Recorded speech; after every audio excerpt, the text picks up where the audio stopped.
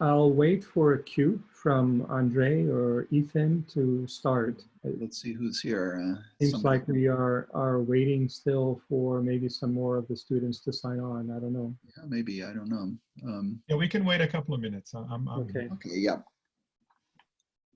Okay, Andre, you're the guy that calls the game. Okay.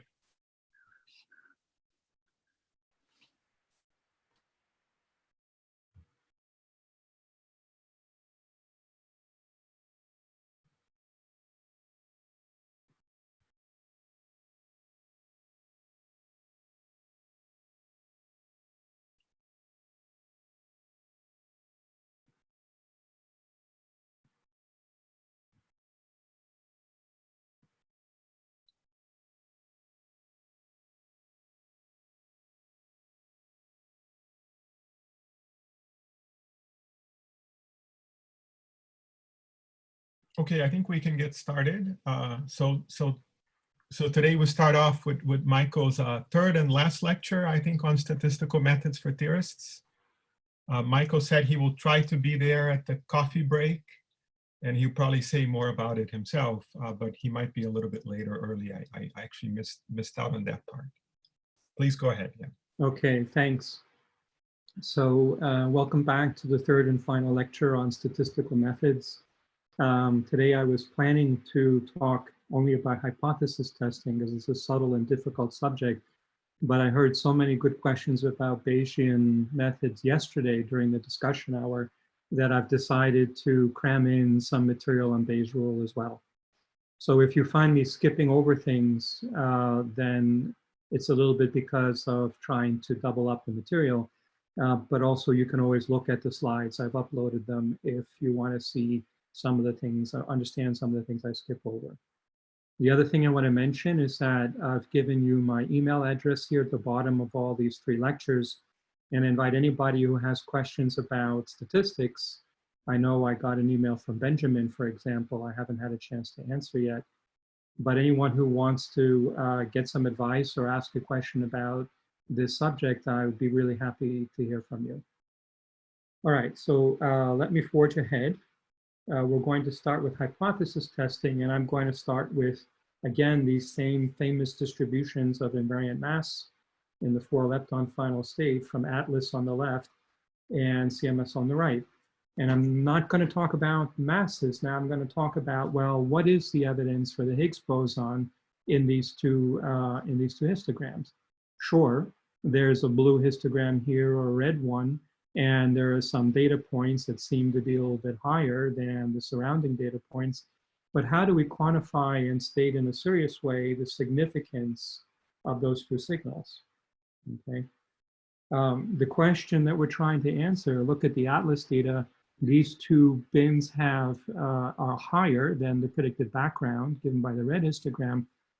But does that mean that those data are incompatible with the background only hypothesis, right? Could we just as well do a statistical analysis and say everything's fine, you know, in terms of chi-squared or whatever statistic you want to use? Or no, is it not fine without that little blue contribution there? So if the data are compatible with the background, then we do not have a discovery. If the data are incompatible with the background only, then yes, we do have a discovery. So the first thing that we only have background is known as the null hypothesis. And then the one that there's both background and signal is the alternate to the null hypothesis, H1. Here's another example. It's a little bit closer to neutrino physics, just a little bit closer. Is there any signs for new physics here? Well, we've got this is of course the magnetic moment of the electron or the muon. We have a prediction from theory, we have a measurement from experiment, and the difference between the values in some sort of, it well amounts to -100 plus or -80 basically. For the muon, the same kind of consideration says that it's about 28 plus or -8. So the question is, giving these data results, is there any signs for new physics where you define the sign of new physics as being a difference between the measured and the predicted value? Well, let's look at the PDF for the measurement, or really for the difference in the electron data, okay? So That blue Gaussian curve just shows you what you expect from measured minus predicted, given the precision on the measurement and the precision on the theory. And the red arrow just shows you the value that's obtained. Okay, if we go back, in other words, to these numbers, I can turn this number minus 105 plus a minus 82 into a z value of minus 1.28. Okay, so that's showing up here as the red arrow. All right, so I would say, looking at this, that the red arrow falls really not far from the peak. There's nothing particularly unusual about that value. The tail probability here on the lower side would not be insubstantial, right? It would be pretty large, actually. It's not going to be 10 to the minus 7, that's for sure.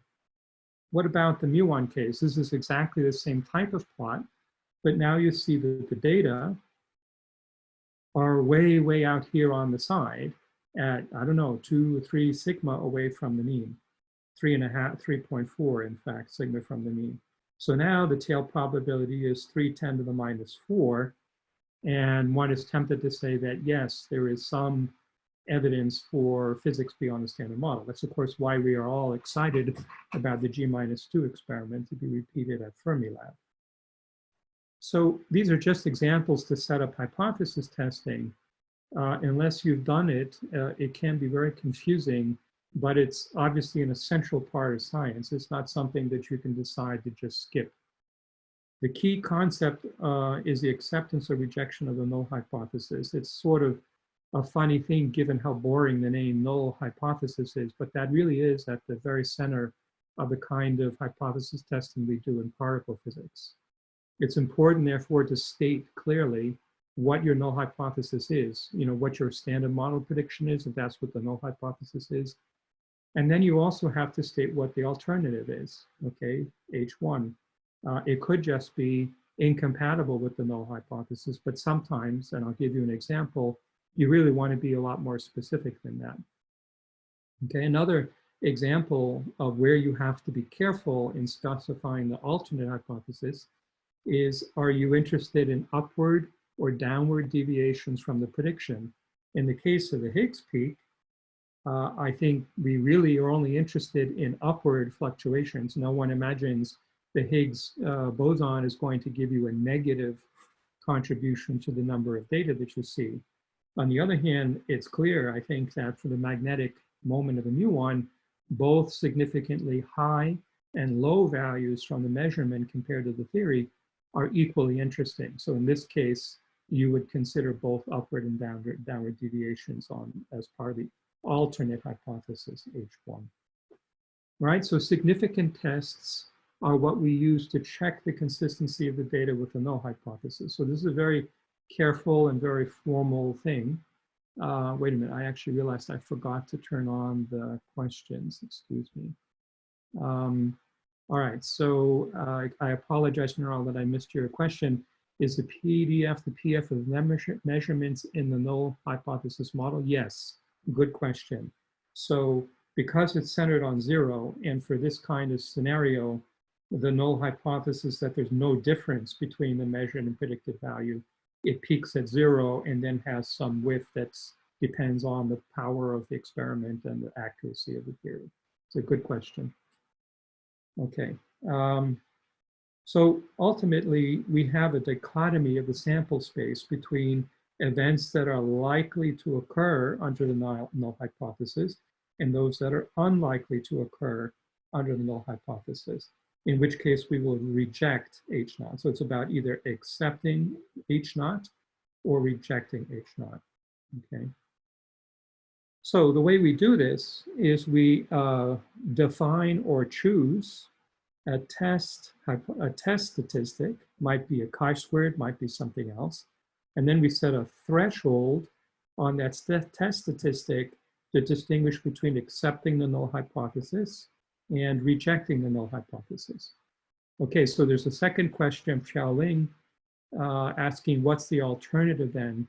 The alternative depends on the specific investigation that you are that you're making. So in the case of G-2, The alternative would be that the true value of the mag G minus 2 for the muon is higher or perhaps lower than the predicted value. Okay, so that sounds very vague, but it's already specific enough in order for us to do interesting significance tests. Panjal says, so a lot of times the PDF I see is a Gaussian, for example, right here. If is Gaussian PDF an assumption or is it actually observed? If it's assumed, how good is such an assumption? All right, so this is a subtle question. I think most of the time people assume it's a Gaussian because that assumption is well justified. Okay, measurement errors typically have Gaussian nature to them, but not always. Theory errors, as we discussed in the discussion section yesterday, it's not always Gaussian distributed, and so we tend to pretend that it's Gaussian because we don't know what else to do. Ultimately, in a case like this for G minus 2 for the muon, people would not sweat that detail. Okay, we would say that measured and predicted disagree and treat everything as if they are Gaussian distributed. But in other cases, like some of the ones I talked about yesterday, you really have to take the actual formal PDF, derived, for example, through detailed Monte Carlo simulations in order to determine the p-value.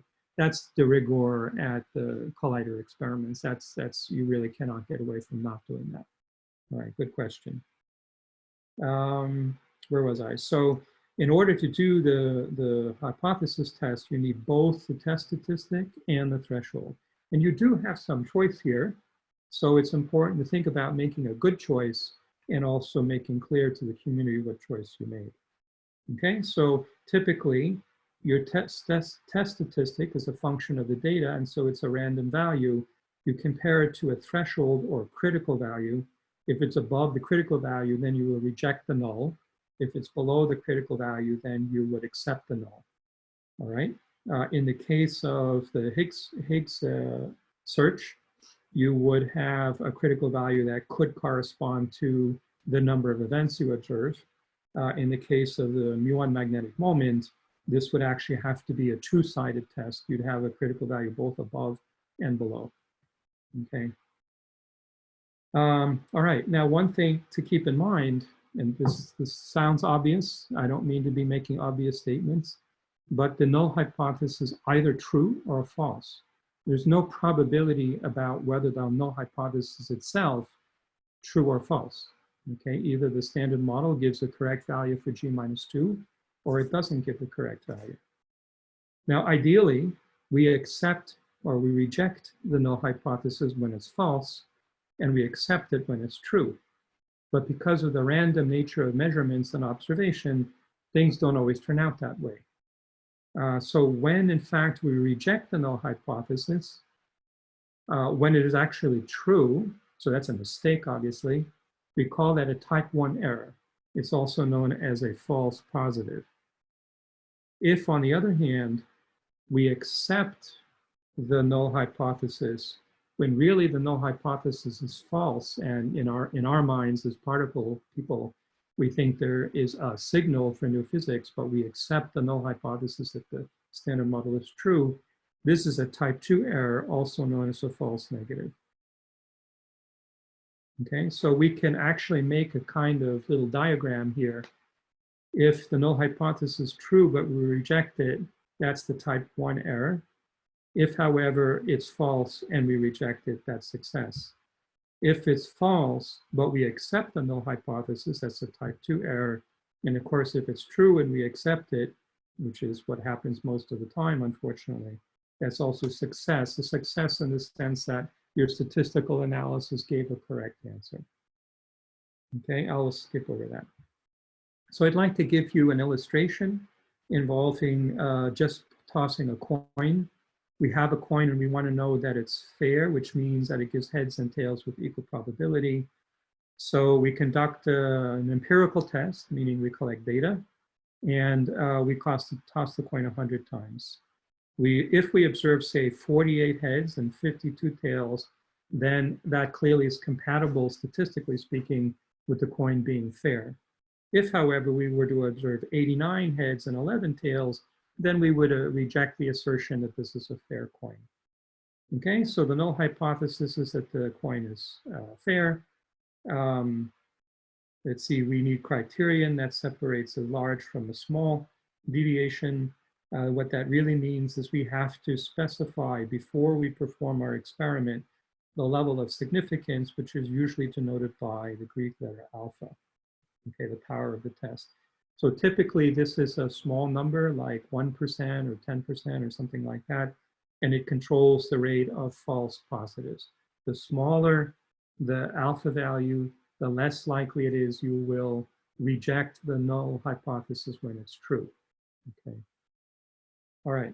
So we recognize this as a binomial or Bernoulli trial experiment. The mean is expected to be 50 when p is a half, and the standard deviation is 5. So the probability to be more than say 2 sigma in either direction is 10. That corresponds to a 5% value for alpha. If we actually look here at the distribution expected for tossing a coin 100 times, then the rejection region is just these little red tails down here. So if we get a value which is between in the blue region, then we accept the null hypothesis. Because we set alpha equal to 5%, if we get something that's in the red region, so above 60 or below 40, then we reject the null hypothesis that the coin is fair. Okay. Now, alpha is something you have to think about. It goes hand in hand with the statement that extraordinary claims require extraordinary evidence. If we are going to talk about a coin toss, 5% or 10% test is probably fine. But if you were going to reject Einstein's theory of relativity, you'd have to do a lot better than have incompatibility with the data of only 5%. You'd probably need better than 10 to the minus 7, better than 5 sigma, maybe better than 6 or 7 sigma. Okay, so alpha is something you choose as a scientific judgment of the importance of the result, or the, let's say, intellectual impact of the result. Okay. All right, I already talked about this. So I'd like to give a further illustration here. This is quite common and applicable to particle physics measurements. Let's say we have 2 different sets of data, and we want to decide, are they compatible with each other? So we had a really nice example yesterday where someone pointed out that the Hubble constant has 2 possible values, depending on, well, it has only 1 possible value in truth. There are 2 measurements which would appear to be incompatible with each other. So the question then, of the moment, the question is not simply what is the true value of the Hubble constant. That, of course, is a question. But you can make a more local question and say, are the 2 data measurements, the 2 measurements compatible with each other or not? And so that's the kind of thing I want to talk about for the next couple of minutes. From Prudfi, there's a question, is alpha the same as the p-value? No, not at all. Sorry, let me back up. In a way, the p-value is similar to alpha. It is a tail probability. The thing is that alpha is something that you set in advance for making your decision of accepting or rejecting the null hypothesis, whereas the p-value is a function of the data. It tells you the probability of observing the data given a PDF, such as the null hypothesis PDF. So they're closely related, but I would say that the point is to compare the p-value for the data to the alpha value that you set in advance. That makes sense. And you're welcome. And then a question from Xiao Wang is that looks to me that we don't really need an alternative hypothesis. All we need is a null hypothesis and a test. And are you correct? In a way, yes. There's much that can be done without being super specific about a null hypothesis, about an alternate hypothesis. But the next example or illustration I'm giving you after this one shows you a case where the alternate hypothesis is the whole story. All right, so just hang on with that question. For discovery, a signal neural, yes, the hope for all of us who want to see new physics is that the p-value is in the critical region, which means that it's smaller than alpha. Okay, so let me go back to this testing differences in mean. Let's say we have two sample sizes, so two samples of sizes n1, n2, and we know because of the nature of the data that they're distributed according to a binomial distribution. The question we're asking is, oh, great, we know they're from binomial distributions, but are they from the same binomial distribution? If they are, which is sometimes called a parent distribution, if they have the same parent distribution, then that means they should be compatible and we consider them to be observations of the same fundamental phenomenon, whatever that might be. If we decide that they're from different binomial distributions, then you can't really compare them. That's a little bit what we were talking about in the case of the Hubble constant yesterday. Okay, so we can form sample estimates of the parameter, the key parameter P, from the two samples. So we get a P1 and a P2. And if the null hypothesis is true, then P1 and P2 should be equal to each other, or at least close to each other in some sense. Them being close to each other is the same as saying that their difference should be approximately 0. And you can work it out given the binomial distribution that you would expect then the mean of their difference to be 0 under the null hypothesis with a variance given by this formula, okay?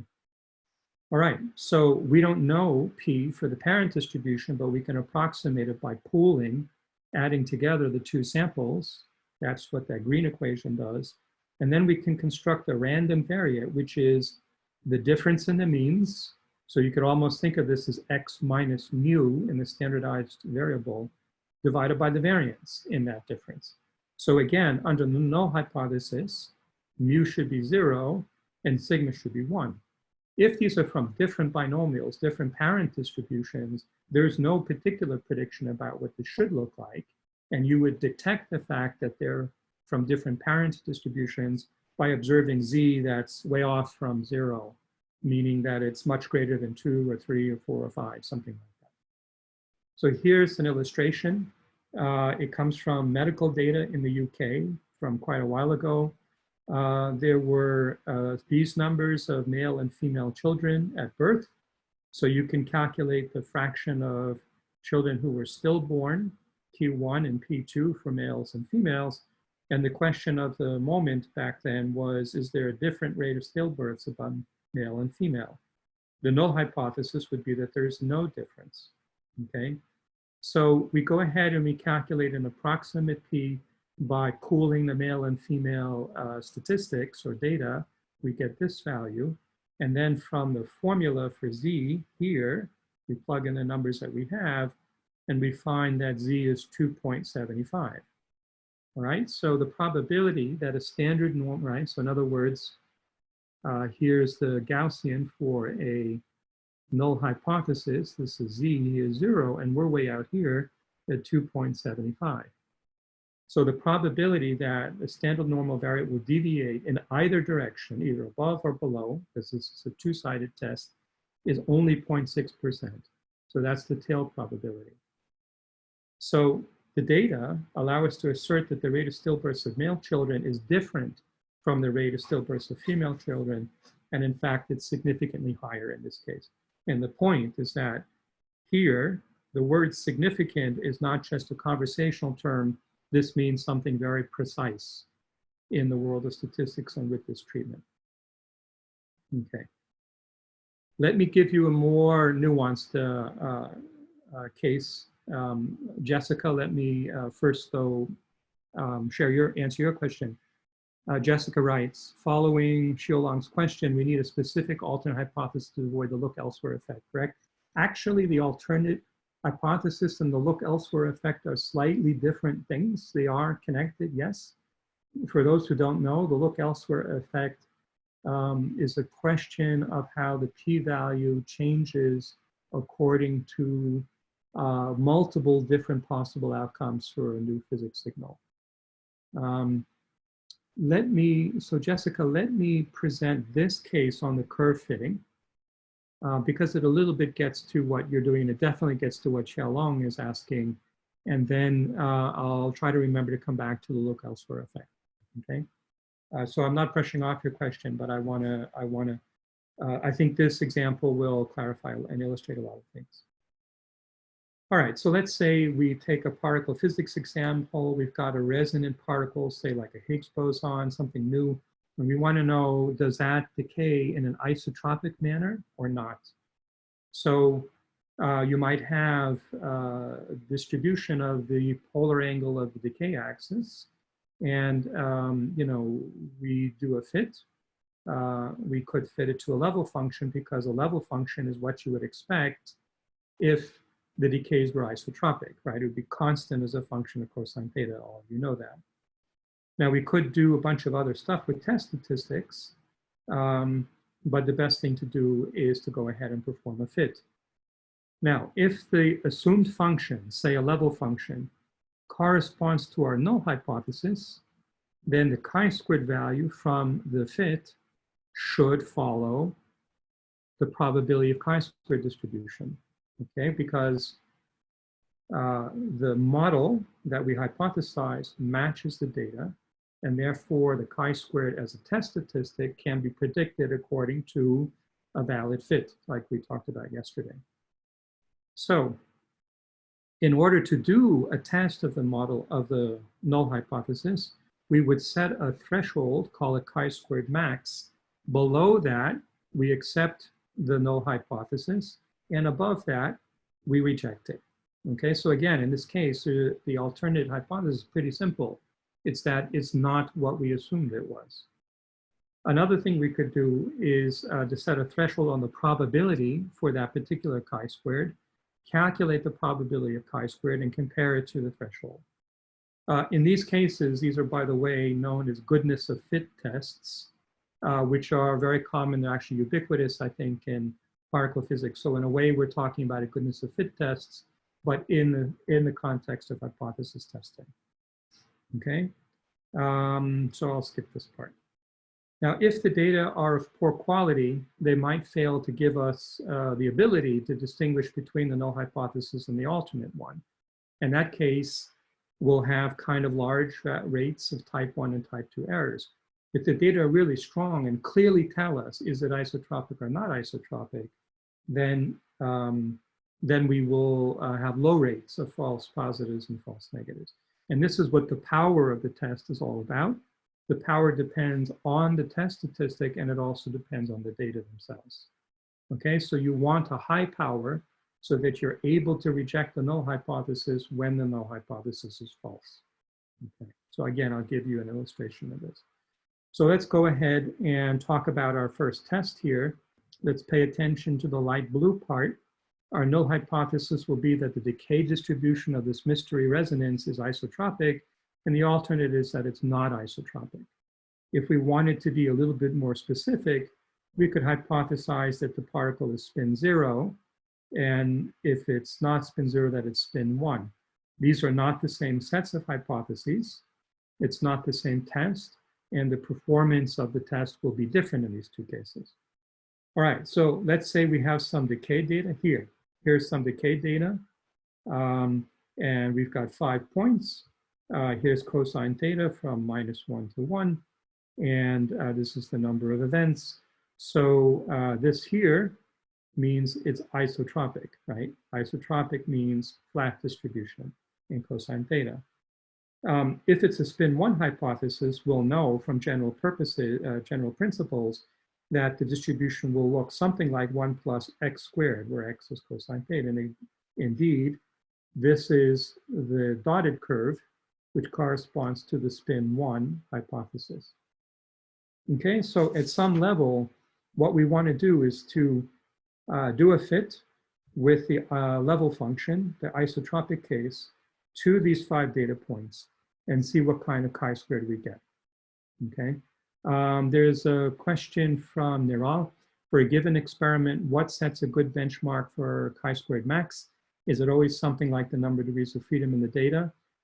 Yes, so the number of degrees of freedom is a really important part, but actually I'm going to show you how you calculate that in the next slide, okay? So let's say that the person doing the analysis is interested in an alpha of 5%, okay? So we want to set our threshold so that the rate of false positives is only 5%, okay? So a 5% type error 1 rate for this example of 5 points and 1 free parameter, whoops, is in fact 10. So here's the actual chi-square distribution. So this would be the threshold, chi-squared max, and it's determined by the point at which this tail threshold is 0.05, and exactly where that ends up being depends on the fact that we have 4 degrees of freedom, right? 5 minus 1, okay? So in the example with these data, when you do the fit, it turns out you get a chi-squared value of 8.7. So given that we set a threshold of 10 to the beginning, we don't reject the isotropic or spin zero hypothesis, not rejected, okay? And so if the particle truly is spin zero, then we've drawn a correct conclusion. If it's, however, truly spin 1, then we are unlucky. You know, too bad for us. We committed a type 2 error. We affirmed the null hypothesis when in reality, nature knows that, no, this is really a spin 1 particle, okay? So we could stop here, but people are curious and they like to look at things and they like to look at data and they like to say, geez, you know, maybe we were a little bit too fast in just fitting that level function. Maybe we should try a spin 1 fit anyway. The data kind of look like they're a little bit lower in the middle than they are in the ends. Let's just kind of change things around. Okay, let's say that our null hypothesis is actually that the particle has spin 1, and H1, the alternate hypothesis, is that it does not have spin 1. And hey, this is really great because the chi-squared for spin 1 is really good. It's 4.1. It's landing right here in the distribution of chi-squared, which is sort of better than over here, right? So we'll put this as the spin 0 result. This is the spin 1 result. So notice that the value of this test statistic depends on what, of course, it depends on what function you fit. So your test statistic is not just chi-squared, it's chi-squared for a given data and for a given model that you're testing. All right, so at this point, we would confirm the null hypothesis, which is now redefined to be that the particle has spin 1, and reject the null hypothesis, which is 0. And you say, yeah, this is better because we got a clearer separation of chi-squared with respect to the threshold. This is wrong. It's wrong, wrong, wrong, okay? Let's look at what the analyzer, you know, industrious though he may be, did. First, he concluded that the particle is spin 0 because chi-squared under that hypothesis is below the threshold. Then he concluded that the particle is spin 1 because the chi-squared he got is less than the threshold. So it's both spin 0 and spin 1. Obviously, this is not possible. And it showed, you know, one of these answers, maybe both of them are wrong. And it's confusing because, you know, his statistical methods are fine, right? He did the test, he got chi-squared values, he calculated a threshold. You know, what's wrong? What went wrong here? And the problem is not in the methodology, the problem is in the questions that he asked. Okay, let me explain why. The difficulty of statistics usually is in understanding the question that's being asked, not the technique or the calculation. And I've seen cases where competing teams get locked into a huge conflict because they think that their methods are different, but really they're asking slightly different questions.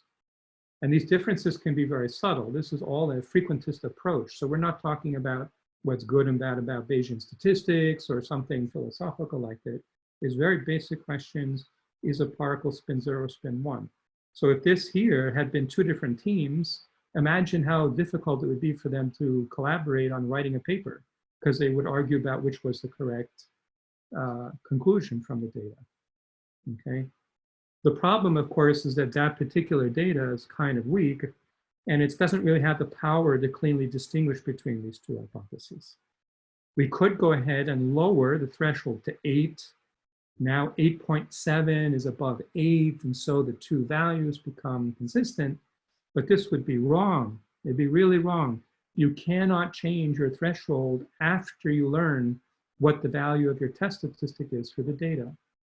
It's not just bad science, it's bad statistics too, because once you do that, you've corrupted the test, and the meaning of chi-square is the test statistic is lost. All right, the statement that the threshold that you set represents a 5% or a whatever percent p-value is only true if you simply push the button once and take the result that comes out of the analysis. Once you start changing your decision-making process, and I'm going to adjust and so on and so forth, well, that's a different procedure, which is not what goes into the calculation of chi-squared as a PDF. All right, so if you look in the backup slides, I explain and prove that this is true. It's the main point is that it's fundamentally invalid to change your threshold after you've seen what the result from the data is. And again, in collider physics and also in neutrino physics and things like lepton magnetic moments, everyone understands this very well because it's so important. So you could say, yeah, but Professor Schmitt's being way too strict about this stuff. We have two chi-squared values. It's information. Why does he want to throw out half the information? That seems dumb to me. And you'd be right. Okay, you could use both values of the chi-squared and simply compare which one is smaller and which one is larger. There is nothing wrong with doing that. But if you do that, then you have to understand the rates of type 1 and type 2 errors, and you don't get that just by looking at the probability of chi-squared distribution. Then what you have to do is you have to calibrate these rates with lots of, toy Monte Carlo studies. You'd have to generate many different examples of the data you're trying to fit and see what happens to that. Okay, so let me go back to a couple of questions that have appeared from Edward. He says that, so the real conclusion is that more data is needed, yes, or that the data is consistent with either spin 0 or spin 1, but spin 1 is favored. I would say, Edward, to be really proper, is that the more data are needed.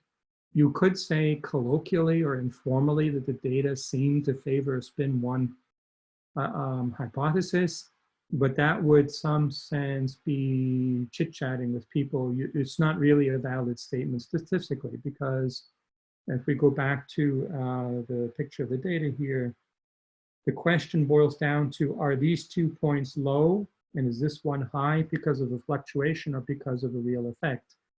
And if you could say whether it's a fluctuation or a real effect, then you wouldn't have to be satisfied with this limited analysis that I showed you.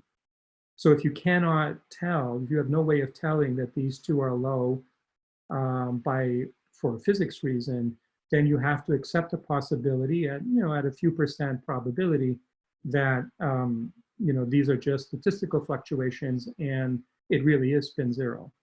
Okay, so that's really the serious statement when you do a statistical analysis.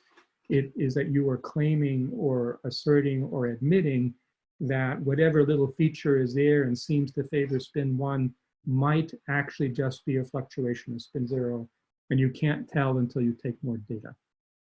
All right, so from Moinul, Rahat, suppose two groups do this analysis, one with a threshold of 8 and the other 10. They give into results. Does it not become a matter of luck? Yes, it does. Okay, so that's an interesting observation. Moinul, no one else has asked that before. So if two different groups analyze the same data but with different thresholds, they could end up with different conclusions. That's completely valid. They're not in conflict. Their conclusions are different because the conclusion is ultimately really a statement about the probability of observing the data under a hypothesis. All right, so again, you don't know which group has committed the error. Has one group committed a type 1 error, or has the other one committed a type 0 error, a type 2 error? You don't know until you get more data. All right, from Jean Weil or Jean Weil, instead of using a threshold for hypothesis testing, couldn't you look at how close you reduce chi-squares to 1? Amounts to the same thing. Okay, dividing the chi-squared by some number like nu doesn't really change anything. The point is that you pick your critical region. Let's see, where is it? You pick the region on this graph. I could divide everything by 4. It would still have the same shape. This would be 2.5 instead of 10. Doesn't change anything. And you would just, you know, basically recast the problem in a trivially different way.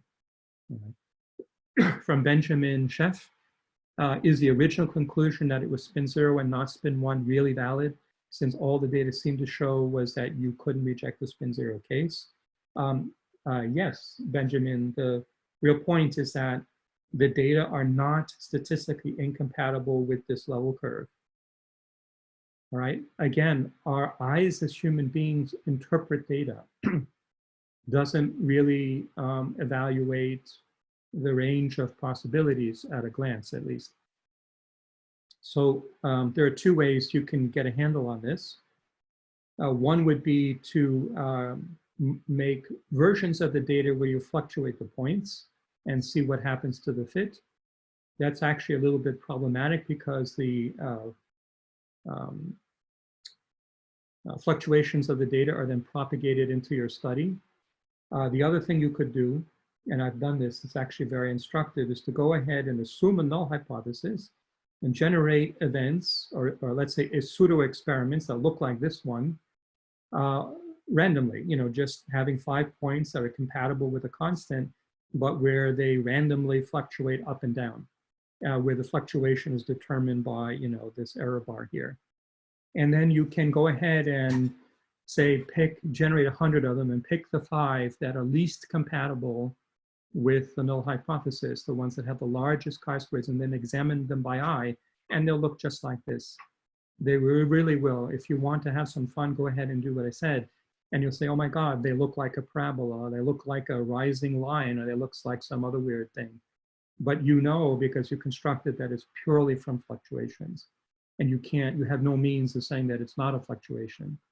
Right? So that's kind of the point why hypothesis tests are delicate and have to be done properly. Otherwise, in a way, you'll destroy the whole scientific process. Okay. All right, so let me move on a little bit. Let me also get a drink of water.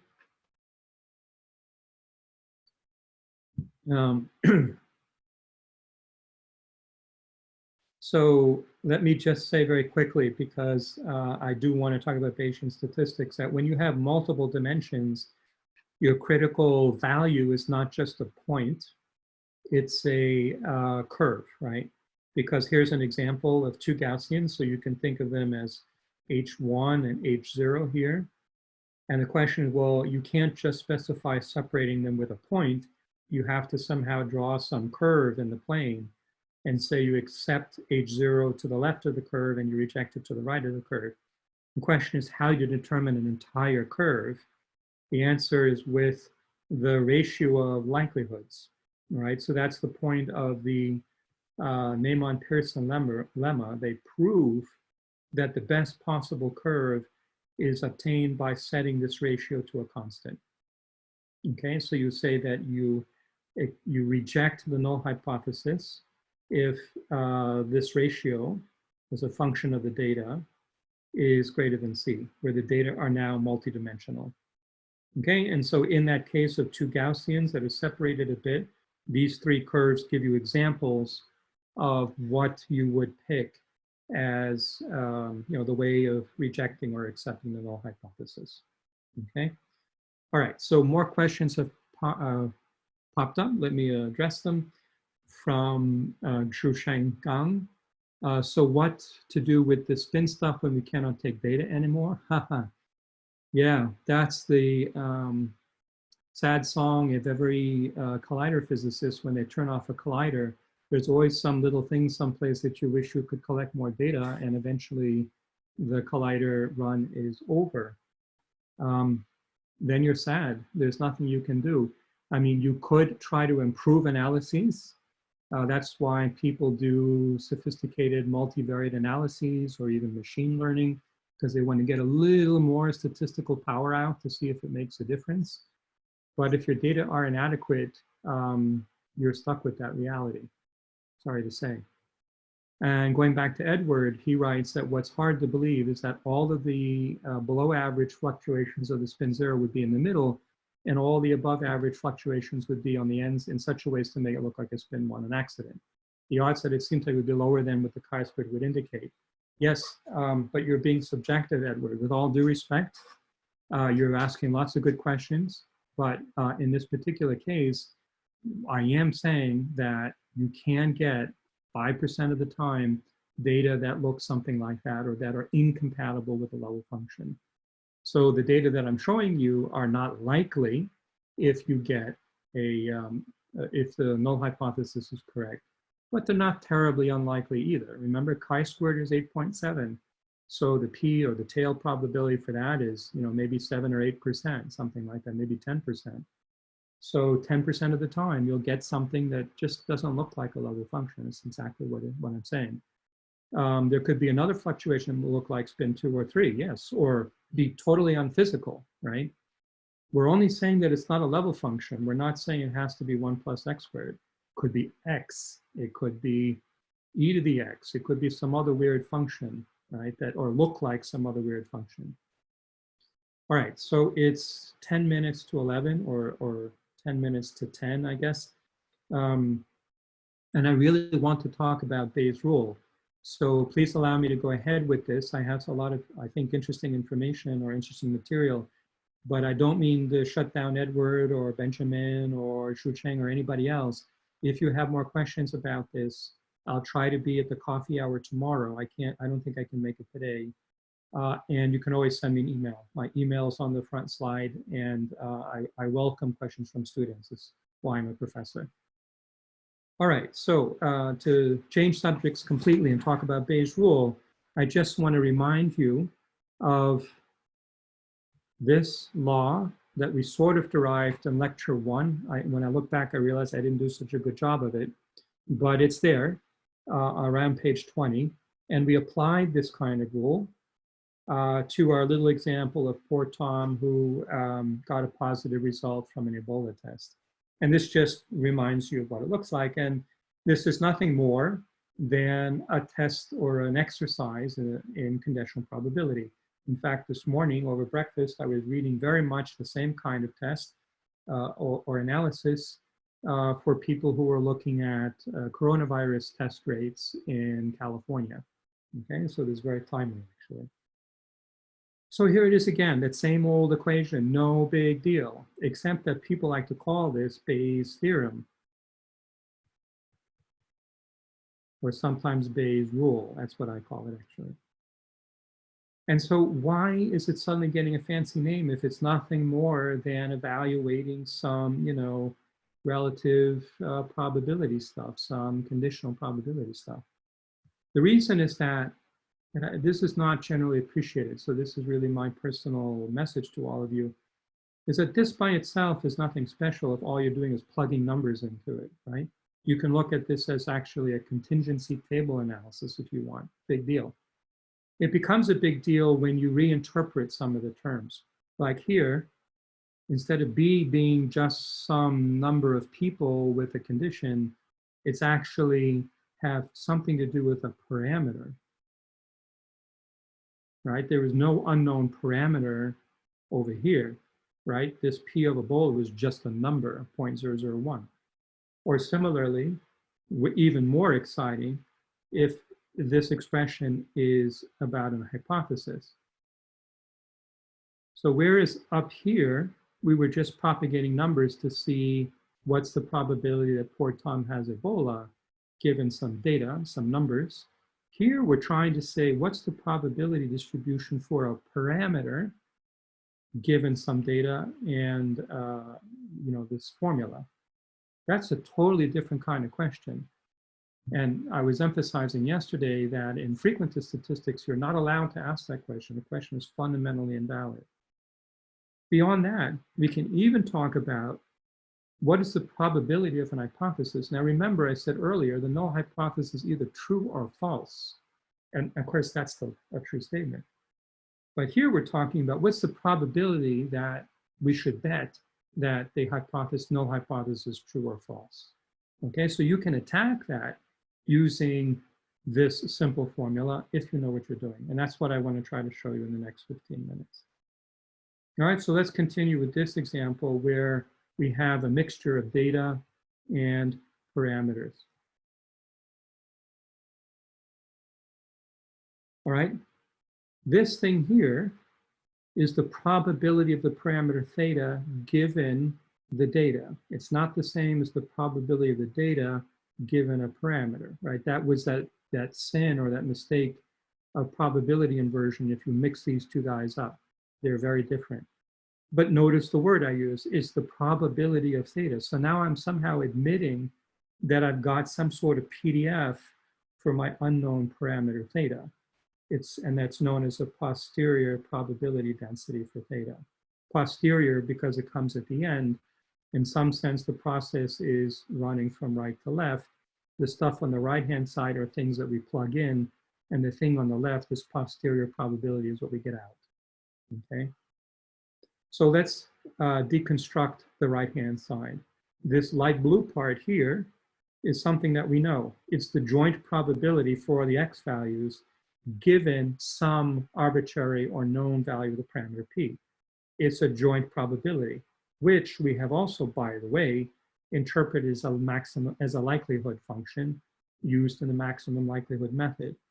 Okay, so I won't write it as a likelihood, but many books do. If you read about this thing in the green box is also interpreted as a likelihood. And this is the point I was trying to make to some of you yesterday, is that the thing in the box is not equal to the whole right-hand side. The whole left-hand side is a PDF for theta. The thing in the box is not, even if we write it as the likelihood of theta. Okay. All right, what about this thing? Now, this is the interesting part. This is probability. It's a PDF, right? It's what this comes from here. P of B is a probability in the sample space for event B. Here's probability for theta, but it doesn't depend on the data. There's no data there. It's just P of theta. It's some sort of disembodied, floating from heaven, written on the clouds or something kind of function. P of theta. There's no data involved in P of theta, at least the way it's written here. It's something we have to provide, and it's known as the prior probability density for theta. Okay, it's arbitrary, and I'll give you an example where you can make two different reasonable choices for P of theta, and the outcome, the results, depend on which choice you make. And this is, of course, the controversial aspect of Bayesian statistics. People who have been frequentists all their lives see this as some sort of decadent sliding and collapse of scientific method. Of course, most people today think that's silly, but this is exactly the controversial point of Bayesian statistics. Moinul Rahat is asking, is it like the probability that theta belong to a particular distribution? Not really. It's the probability of theta having a value according to some distribution, and you, Moinul, get to pick which distribution you want to plug into there, which makes it obvious that the answer is going to depend on what you plug in here. So like I said, I'm going to give you some examples of this so you can see how this works. There's also the denominator. If we really want a quantitative answer here, we need all three ingredients on the right-hand side. And it's really strange. If you try to say in words out loud what that denominator is, it's the probability of the data, full stop, apparently independently of theta. So what does that mean? You could say, which is what I said the first time I looked, it says, well, the data exists already. So doesn't that mean the probability is unity? How can you calculate the probability for this without specifying the parameter theta? That seems like pure nonsense, right? The probability of the data without a PDF behind them. How can you calculate that probability? Well, here's the way out of that conundrum. The idea is to go ahead and marginalize over the unknown parameter theta, right? So we would define the probability of the data as the ordinary joint probability, right? This piece here, integrated over all possible values of theta, weighted by the prior. Okay, we would see that. And now if we accept this definition, Then when we integrate the posterior, the thing on the left-hand side, in the same manner, we find that it integrates to unity, which it has to do if it's going to be a PDF. We want this posterior to be a PDF so we can use it as a PDF, and that means it has to integrate to 1. So kind of reasoning backwards, if we accept this definition, then we fix the problem. We guarantee that the posterior is actually a PDF because it's never negative and it integrates to unity. So basically, this thing in the denominator is just the normalization constant. Okay, so we have the prior, we have this part in the middle, which is called the evidence, and then we have the posterior. So the fancy language people say is that the prior is updated by the evidence, the prior is updated by the evidence to give you the posterior. And that's the kind of modus operandi of Bayesian statistics. Here's a simple numerical example, and it shows you a little bit the role of the prior. We have a bent coin, meaning not a fair one. It's a trick coin. And we know that the probability to obtain a 10, to obtain a heads, is either 0.55 or 0.90 because the trick coin is manufactured that way, right? And we want to decide whether the coin that we have is going to correspond to 0.55 or 0.90. So we toss the coin 20 times and we observe 17 heads. So we have some data now, and we want to determine what is P. Is it this guy or that guy? Okay, so we'll use Bayes' rule. This is Bayes' rule, where D is the data, meaning 17 heads out of 20 tosses. This is, of course, a binomial distributed quantity, and the probability to observe the data, if P is 0.05, is 0.4%, and if it's 0.9, it's 0.19%. Okay, so that's good. We have assembled those ingredients, but now we need the prior. What are we going to put in for the prior? Well, if we know there are these two possibilities, and we don't want to be too biased about which one is there, before we collect the data, then we'll just say, well, okay, we'll take those two possibilities and we'll say they're equally likely. We don't really know. A priori, it could be 55 or it could be 90, each with 50% probability. Let's just do that. Okay, so we'll set the prior to 1/2 in both cases. We make this choice. It is our choice. It's what's in our brains or in our conversation at the time we do the analysis. We're just going to plug in 0.15 there, 0.5 there. All right. The normalization constant depends on that choice. Putting everything together, we find the probability that we have a coin, which is 0.55, is only 2%. Okay, that's what comes out of Bayes' rule. And the odds, which initially were 1-to-1, right? We said 0.55 and 0.90 are equally probable a priori. Now it's 1 in 48, or 47.5. All right, so the probability that P equals 0.55 seems to be kind of low. Wouldn't want to bet on that. Okay, so the prior of 1-to-1, or the odds of 1-to-1, have been updated to be an odds of 1 in 48. Okay, the evidence has updated our odds from 1-to-1 to 1-to-48. All right, so let's consider a slightly different scenario. Let's say before we collect the data, we called up the company that provided the trick coin. And the clerk at the company says, oh yeah, most of the time, 95% of the coins we make, they have P equals 0.55. Ha, new information. In Bayesian statistics, we can take that into account.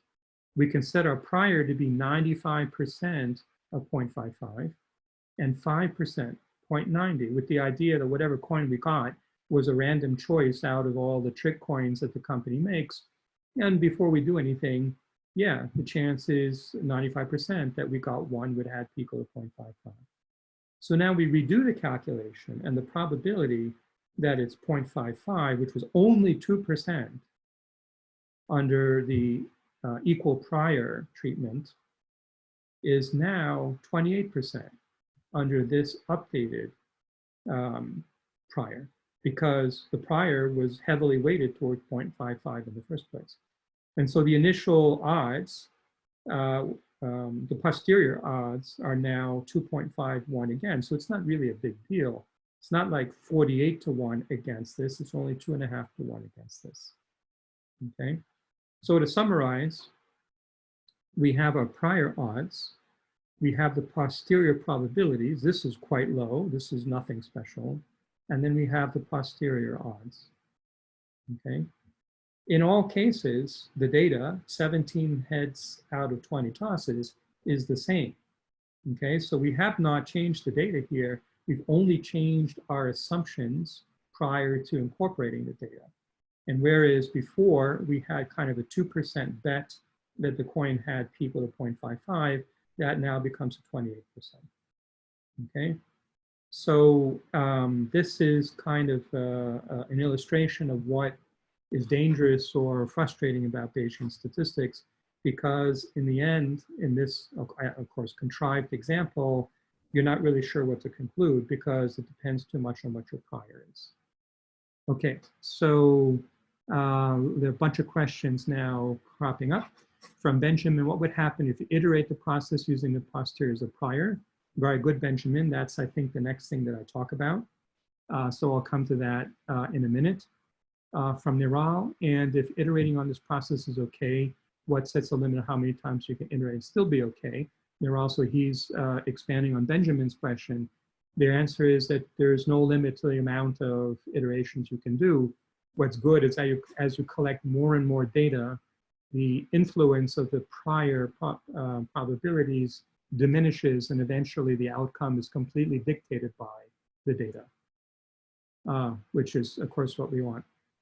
From Adrian, although they seem to be formally opposites, can we think of frequentist statistics and Bayesian statistics with flat priors as pragmatically equivalent, or do we have to be more careful when comparing them? Yeah, so that's a good question, Adrian. I would say that sometimes taking a flat or that's called an uninformative prior sort of gets you results that are close to the frequentist ones.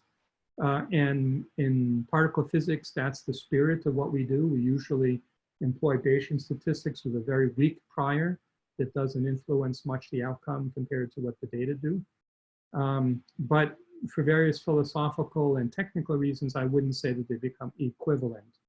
There are certain canned problems where you can show they lead to exactly the same result, but there are other problems, even with a weak prior, where they end up with different results. And by the way, even people who sincerely would love to erase the influence of the prior find trouble constructing or defining such a prior. If I have time in the end, I can illustrate that with a specific example, but I'm hoping to get through a few more slides before it's my time to quit. Yes, so in terms of from Benjamin, in this particular case, we could also use a 95% figure from a frequentist point of view. So I will talk about how confidence levels become credible intervals, where you basically use the posterior PDF and treat it like any other PDF. And then from Edward, he says, it seems that if you pick a delta function, a Kronecker delta as a prior, you can never update away from that. This is real, that's a perceptive comment, Edward. So one very important requirement on the prior is that it's not zero for any outcome that is a valid outcome. Okay, so you really totally destroy the analysis if you pick a prior that is zero anywhere in your sample space. Okay. All right, so let me see if I can maybe get through another few slides here, because it relates a lot to the very good questions that you guys are asking. This is a nice example that I got out of a biology statistics book. A tern is a kind of bird. There's a picture of one. And the data were that they observed 10 terns who were observed to steal food. It turned out that 8 of these terns are female. So that raises the question, are females more likely to be food stealers? That's part of their strategy for survival. Or is this a fluctuation? All right, so what is the probability P? Oops, oh no. Okay, what is the probability P that a tern that steals food is female? That's the specific question. First, the evidence. So we're going to represent the evidence, right? Number of terns N and the number of females X. We're going to represent this by a binomial distribution. I didn't talk about it but before because of lack of time, but basically a binomial distribution goes between 0 and 1, and it has some shape, usually with a single maximum like that. Okay, and the exact shape and position of the peak depends on one parameter, p. So p is the unknown parameter. We want to know something about p from the data. If you do a maximum likelihood determination for p, you take x divided by n, which is 8 divided by 10, 0.8, boom, you're done, nothing else to talk about. Okay, now in order to apply a Bayesian analysis, which is very common in the biological sciences, we need a prior, which means we need an opinion from experts about what the likely value of p is before we confront or look at the data. So we could say, hey, you know, males, females, what difference does it make? Let's give them both a prior probability of 1/2.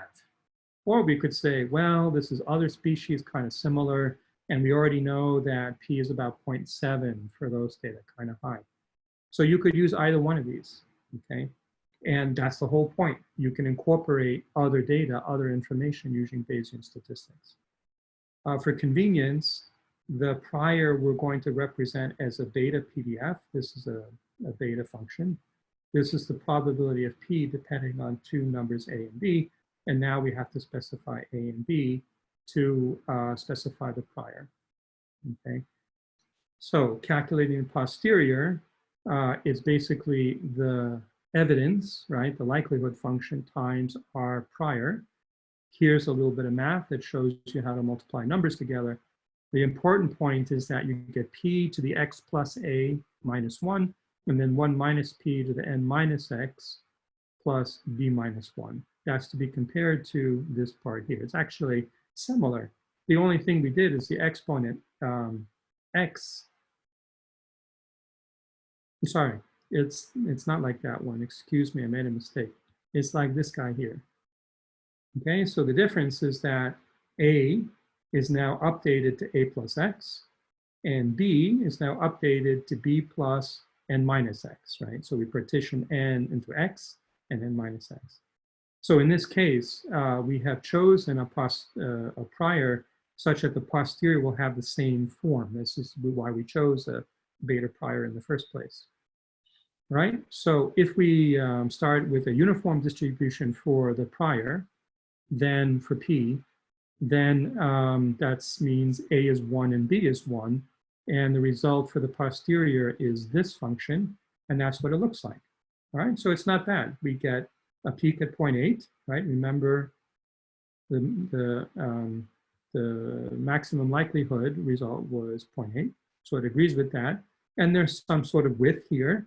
This is the posterior PDF. This is really the probability for the value of p, right? And it allows 0.5, but it clearly favors something like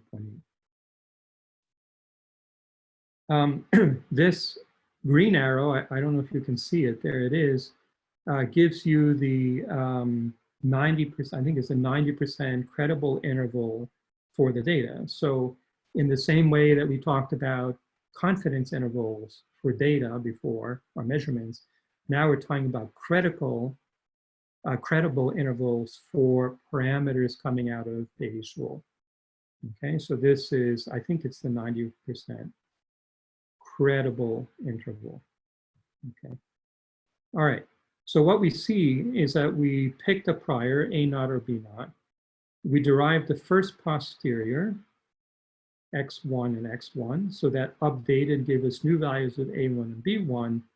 And now if we took more data, x2 and n2, and used this first posterior as a new prior to incorporate the data, then we get a new posterior with different A2 and B2.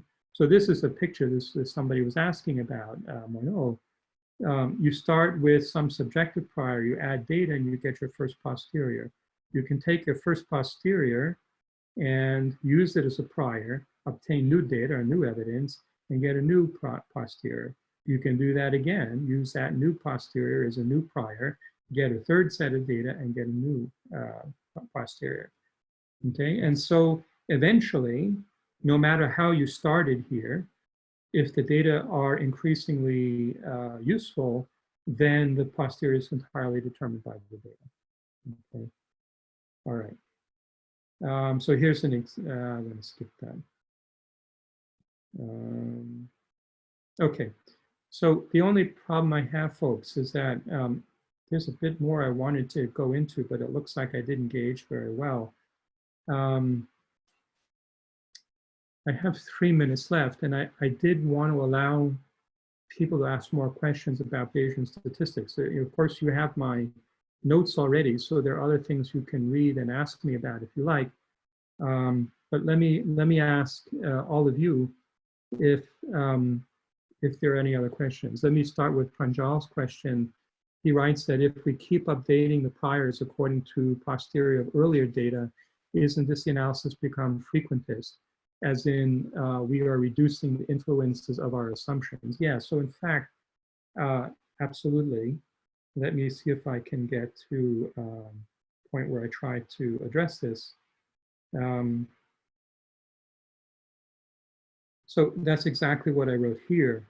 Eventually, the impact of the prior is so diluted down by adding more and more data that the Bayesian result approaches the frequentist, at which point the frequentist would say, ha, ha, ha, in the end, you're going to be in my camp, so why don't you just do frequentist statistics in the first place?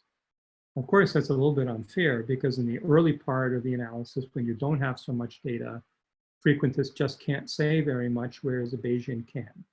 All right, so ultimately they become indistinguishable, but the frequentist would still nonetheless reject the idea that you can derive a PDF for a parameter, a parameter of nature. A strict frequentist says that that's a nonsense proposition and will refuse to talk about it. Okay, from Benjamin, what would happen if you iterate using the same original data? Well, you can't iterate with the same data. You can only use data once, right? If I have 8 out of 10, I can't just make that 16 out of 20 or 80 out of 100. Data are data, you can only use them once. So if you want to iterate and improve things, you have no choice but to collect more data. That's what keeps us experimentalists employed, right? From Ma Young, do you mean that if we have more and more rounds with more and more data, the dependence on the prior will be weakened to almost zero? Yes, yes, exactly. That's what I mean. I don't have an example, unfortunately. From Panjal, can I divide my data into multiple samples to improve priors? Well, no. The data that you have, if you pool them, if you put them all together into one, is the same as breaking it into pieces. So if the Bayesian analysis is done correctly, you can neither gain nor lose by partitioning your data. Okay, so collider people don't tend to worry about this, but at one point I looked into it. And if you do your analysis correctly with right tools, both in frequentist and Bayesian statistics, taking the data logged in 2017, 2018, and 2019 separately and combining the results should be the same as just taking it all as one big data set and using the big data set by itself. Okay. When do we stop iterating? When this data stops affecting the prior anymore? No, this is from Mainak. I would say that we're collecting data not just to carry out a Bayesian analysis. The Bayesian analysis is ultimately there to help us to do an hypothesis test or a model selection, like on here, page 85. Okay, so let's take the case of G minus 2 for the mu one. That is not done as a Bayesian analysis. Let's say that it were done as a Bayesian analysis. No one would say that, well, okay, we had data from BNL, we have data from Fermilab coming, that's it, we can stop because the prior doesn't matter anymore. No, we still want to know, is there evidence for new physics or not? So I would say until it becomes overwhelmingly clear that there is or is not, or maybe that we can't afford to collect more data, that we should continue to collect more data. And then finally from QUA Liang, what if one round was contaminated? If you mean that the data were corrupt or invalid, that's a data analysis problem, not a statistics problem. that has more to do with things like statistical systematic errors. If you have bad, uncontrolled systematic errors in your data, then you cannot draw any valid conclusions. From Xu Sheng Gan, will posterior always converge to a certain value as data points increases? Yes, I believe so.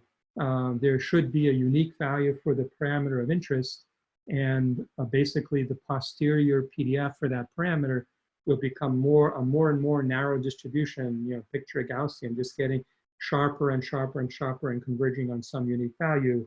But of course, you'd need infinite data to get to a true delta function. So it will always have some width, maybe large, maybe small, depending on the quality of the data. And if it doesn't converge, then that means there's something wrong with the data. If you have many enough rounds, this makes no difference. So I think, Ma, what you're saying is that if you have some data which is contaminated or corrupted somehow, then having it diluted by good data will lessen its impact. And that's true, of course. But as an experimenter, I would always want to strive to not have corrupted or contaminated or bad data somehow, for pretty obvious reasons. Okay, so I really want to be respectful of the next lecturer. It's great to have questions, and I really would love to go through these other slides. But the other people who are speaking today have fascinating things that they want to tell you about. So I think it's best, since my time is up, that I stop here. And as I said, I encourage you to send me further questions. I'll answer them as quickly as I can. And I will do my very best to be at the coffee hour today, and I guarantee I'll be at it tomorrow. Okay, so Andre, should I stop? Yeah, well, thank you. Yeah, this was great. I hope you can be around for the coffee break tomorrow, if not today. If you do plan to be around tomorrow, let me know which room you'd like to be in so I can announce that in some lecture before the coffee break. Okay, great. I will double check my schedules and so on, and then I'll get back to you about that. Or you can put it on the Slack, which apparently is a thing that people look at. It's true. Yeah, why not? That way everybody knows what's what. Okay. Okay. Thanks a lot. And thanks a lot. All right. See you all later. Bye. Yeah. And I will be back in 25 minutes for the third standard model lecture. So hopefully,